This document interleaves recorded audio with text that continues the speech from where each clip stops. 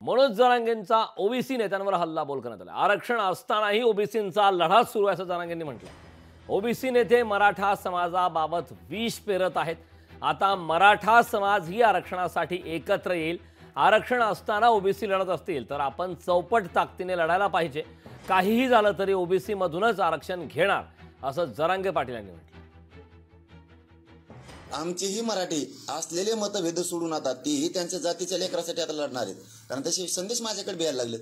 आणि आमच्याही मराठ्यांच्या नेत्यांनाही सगळ्यांनी आता हे डोळ्यांनी जे तुम्ही बघताय, आरक्षण असून जर इतकं लढायला लागले किंवा कोणीतरी फुसलून त्यांना लढायला लावायला लागले, तर मग आपले काय उघडे डोळे घेऊन नुसतं बघता का, झोपलेलेत का नुसते? जे मदत करणार नाहीत ना मराठ्यांना, मग तो कोणत्या पक्षाचा आमदार, माजी आमदार, खासदार असो ना, त्याला मराठी आता इथून पुढे उघड्या पाडल्याशिवाय सोडणार नाही। 100% उघड्या पाडल्याशिवाय सोडत नाही।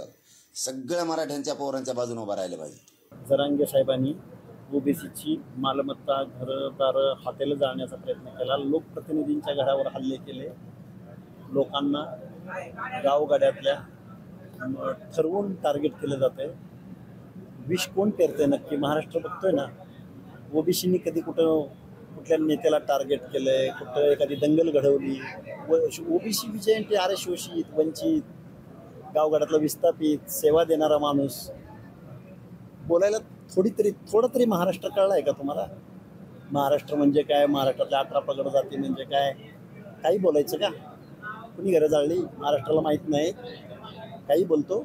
आणि इथून पुढं प्रत्येक प्रश्नाला चिरफाड केली जाईल या महाराष्ट्रामध्ये, फॅक्ट आणि फॅक्च्युअलवरती। त्यांना असून जर ते इतकं लढायला लागलेत, विनाकारण आमचं त्यांचं काय नसून आमच्या विरोधात ते इतकं हरडायला लागलेत, तर मग आता आम्हाला नाही म्हणल्यावर आमचेही मराठी जागे झाले ना आता घराघरातले, महाराष्ट्रातल्या घराघरातले मराठी आमचे सुद्धा आता जागे झालेत की यांना आरक्षण असून आपल्याला नाही मिळावं म्हणून हे लढायला लागलेत।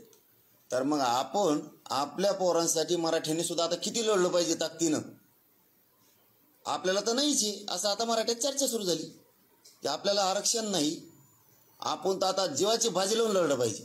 मला लय बेनिफिट झाला, उलट आरक्षण मराठी ओबीसीतूनच घेणार। जरांगे नावाची व्यक्ती ज्या वेळेसपासून या आंदोलनात उतरली, त्यांनी अत्यंत या समाजामध्ये भांडणं लावण्याचं काम केलं आणि समाजामध्ये इतका द्वेष निर्माण केला। जे लोक एका ताटात जेवत होते ते माझ्या तरी मते येणाऱ्या काळात कधी जेवणार नाहीत, कारण की याचं श्रेय पूर्ण जरांगेला जातं। आणि हेच मराठा समाजासाठी चांगलं नाही आणि ओबीसीसाठी चांगलं नाही आणि मराठा समाजाची सुद्धा दिशाभूल आहे। मराठा समाज भावनिक आहे। कुठंतरी त्यांना वाटतं की जरांगे काही तज्ज्ञ नाहीत, जरांगे काही विचारवंत नाहीत आणि जरांगे काही मराठा समाजाच्या आरक्षणासाठी खरे लढत नाहीत। हे कुठंतरी मुख्यमंत्र्यांचं हे पार्सल आहे। मुख्यमंत्र्यांच्या प्रेरित असणारं आंदोलन करून मुख्यमंत्र्याची गद्दारी झाकवण्यासाठी ते आंदोलन करतात आणि त्यांचा जसा टिप्स येतील, त्यांच्या जशा स्क्रिप्ट येतील तशा पद्धतीने बोलतात। लोकसभेच्या निवडणुकीचं जर का आपण एकंदरीत यश अपयश याची चर्चा केली, एकंदरीत मराठा आरक्षणाच्या संदर्भामध्ये जे काय प्रश्न निर्माण झाले त्याच्या अनुषंगाने मराठवाड्यामध्ये सुद्धा ओबीसी विरुद्ध मराठा असं मतदान झाल्याचं म्हणतात। मला अजून काय तपशीलवार त्याच्यातली काय माहिती मी त्या ठिकाणी घेतली नाही। सकल मराठा समाजाच्या आरक्षणाच्या बाबतीमध्ये सरकारची स्वच्छपणाची भूमिका आहे। ओबीसीच्या आरक्षणाला धक्का न लागता मराठा समाजाला आरक्षण मिळालंच पाहिजे। 10% आता आरक्षण राज्य सरकारने दिलेलं आहे, ते टिकवण्याची जबाबदारी घेऊन त्याची अंमलबजावणी कशी करता येईल हा प्रयत्न करणं हे राज्य सरकारच्या समोरचं पहिलं उद्दिष्ट आहे।